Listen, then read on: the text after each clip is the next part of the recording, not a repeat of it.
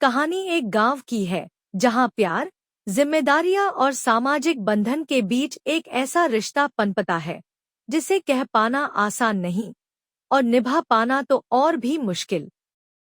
रिश्तों की हद।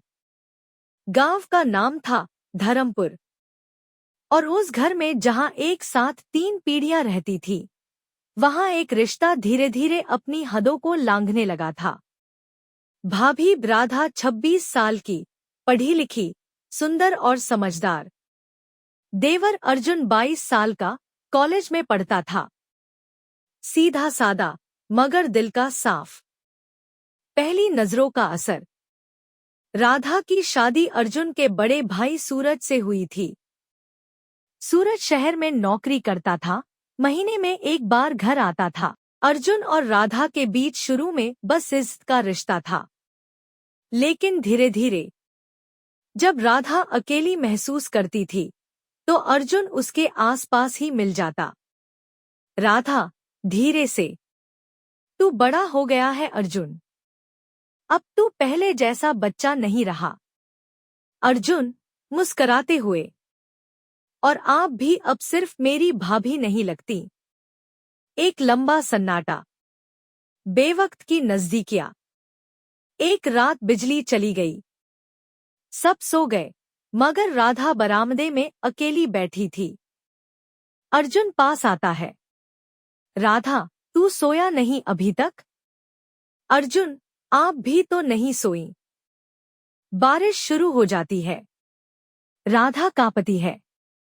अर्जुन अपना शॉल उसके कंधों पर रखता है। उस पल में दोनों की नजरों में कुछ ऐसा था जो कह नहीं पा रहे थे। ज़मीर की आवाज। राधा अब खुद से डरने लगी थी। वो जानती थी कि ये जो भी है सही नहीं है। राधा डायरी में लिखती है, कभी कभी हम उन रिश्तों में उलझ जाते हैं जो हमारे नहीं होते, मगर वो पल, वो एहसास क्यों इतने सच्चे लगते हैं। सच का सामना। एक दिन सूरज अचानक लौट आता है। वो अर्जुन और राधा को साथ हंसते हुए देखता है, बस हंसते हुए, मगर उसके शक की लकीरें गहरी हो जाती हैं। रात को अर्जुन को डांटता है, सूरज, भाई का रिश्ता इतना छोटा लगने लगा तुझे?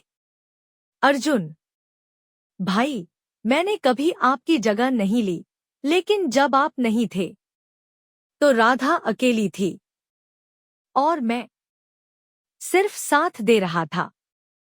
अंत का फैसला। अगली सुबह राधा घर छोड़कर चली जाती है, बिना बताए, बिना कोई खत छोड़े। गांव में बस एक अफवाह फैलती है, भाभी चली गई, लेकिन कोई नहीं जान पाया क्यों।